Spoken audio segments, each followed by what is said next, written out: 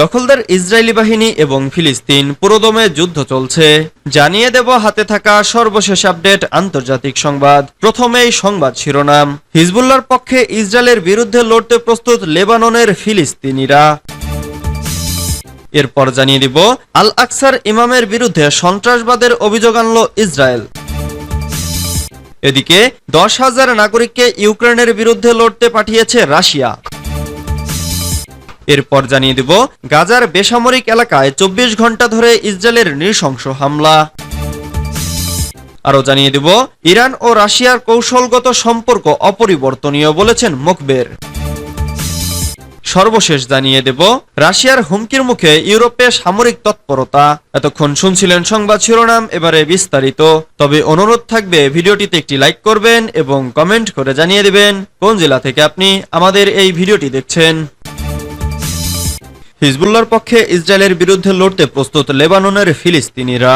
ফিলিস্তিনের অবরুদ্ধ গাজা উপত্যকায় ইসরায়েলের ধ্বংসলীলা দেখে ক্ষুব্ধ লেবাননের ফিলিস্তিনিরা।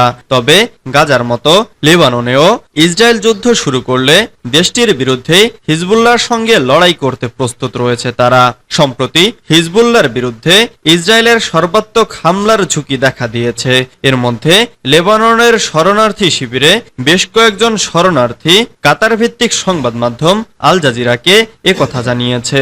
অক্টোবরে গাজায় ইসরায়েলি হামলা শুরু হওয়ার পর থেকেই ইসরায়েলের সঙ্গে লেবাননের সীমান্তে নিয়মিত গুলি বিনিময় করছে হিজবুল্লাহ। তারা বারবার বলেছে গাজায় ইসরায়েলের হামলা বন্ধ হলে তবেই সীমান্তে হামলা বন্ধ করবে তারা।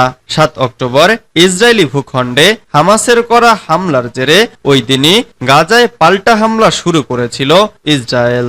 ইসরায়েলি কর্তৃপক্ষের মতে হামাসের হামলায় ওই দিন প্রায় 1200 জন ফিলিস্তিনি নিহত হন। তখন জিম্মি করে গাজায় নিয়ে যাওয়া হয় আরো 250 ইসরায়েলিকে। গাজার স্বাস্থ্য মন্ত্রণালয়ের মতে ইসরায়েলের হামলায় এখন পর্যন্ত 37,000-এর বেশি ফিলিস্তিনি নিহত হয়েছেন।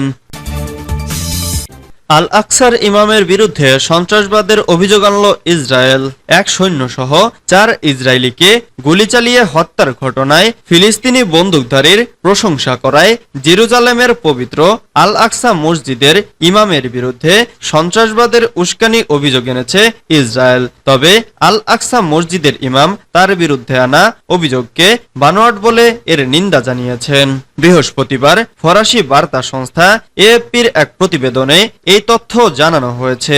এতে বলা হয়েছে জেরুজালেমের সাবেক মুফতি ও বর্তমানে জেরুজালেমের সুপ্রিম ইসলামিক কাউন্সিলের প্রধানের দায়িত্ব পালন করছেন শেখ ইকরিমা সাবরি। জেরুজালেমের পবিত্র আল আকসা মসজিদের ইমামও তিনি। 2022 সালের অক্টোবরে অধিকৃত পশ্চিম তীরের মালে আদুমিম বসতিতে ইসরায়েলি নিরাপত্তারক্ষীদের ওপর গুলি চালিয়ে ইসরায়েলি এক সৈন্যকে হত্যা করেন ফিলিস্তিনি এক বন্দুকধারী। এই হত্যাকারীর প্রতি সমর্থন জানিয়ে বক্তৃতা দেওয়ায় চলতি সপ্তাহে সাবরির বিরুদ্ধে সন্ত্রাসবাদে উস্কানি দেওয়ার অভিযোগ এনেছে ইসরায়েল। 10,000 নাগরিককে ইউক্রেনের বিরুদ্ধে লড়তে পাঠিয়েছে রাশিয়া। রাশিয়া প্রায় 10,000 রুশ নাগরিককে ইউক্রেনের বিরুদ্ধে যুদ্ধ করার জন্য পাঠিয়েছে বলে বৃহস্পতিবার এক শীর্ষ কর্মকর্তা জানিয়েছেন। ইউক্রেনের বিরুদ্ধে যুদ্ধে লড়ার ভয়ে অনেকে দেশ ছেড়ে চলে যাচ্ছেন। খবর হুররিয়াতের। ইউক্রেনে সামরিক অভিযানে সেনা সংখ্যা বাড়ানোর জন্য মধ্য এশিয়ার অভিবাসীদের সশস্ত্র বাহিনীতে যোগদানের জন্য চাপ দেওয়ার অভিযোগও উঠেছে মস্কোর বিরুদ্ধে। রুশ তদন্ত কমিটির প্রধান আলেকজান্ডার বোস্ত্রিকিন বলেছেন, যেসব অধিবাসী রাশিয়ার নাগরিকত্ব নিয়েছেন কিন্তু যুদ্ধের জন্য সামরিক কর্তৃপক্ষের কাছে নিবন্ধন করছেন না, তাদের বিরুদ্ধে মাঠে নেমেছে রাশিয়া। তিনি বলেন, আমরা 30,000-এরও বেশি লোকের তালিকা তৈরি করেছি যারা নাগরিকত্ব পেয়েছেন কিন্তু সামরিক বাহিনীতে যোগ দিতে নিবন্ধন করেননি। এর মধ্যে প্রায় 10,000 মানুষকে সামরিক অভিযানে পাঠানো হয়েছে। গাজার বেসামরিক এলাকায় 24 ঘন্টা ধরে ইসরায়েলের নৃশংস হামলা। গাজার বেসামরিক এলাকায় গত 24 ঘন্টা ধরে ভয়াবহ ও নৃশংস হামলা চালিয়েছে ইসরায়েলের সামরিক বাহিনী। বৃহস্পতিবার 27 জুন কাতার ভিত্তিক গণমাধ্যম আল জাজিরার এক প্রতিবেদনে এই তথ্য জানানো হয়েছে। আল জাজিরার গাজা সংবাদদাতা জানিয়েছে, গত 24 ঘন্টা ধরে গাজার প্রাণকেন্দ্র উত্তর ও দক্ষিণের ঘনবসতিপূর্ণ বেসামরিক এলাকায় জেট ও আর্টিলারি হামলা চালিয়েছে ইসরায়েল। এতে কয়েক ডজন ফিলিস্তিনি নিহত হয়েছে। এছাড়া আরও অনেকে আহত হয়েছে। প্রতিবেদনে আরও বলা হয়েছে, একই সময় ইসরায়েলের স্থল সেনারা রাফায়ও পরিকল্পিতভাবে হামলা চালিয়েছে।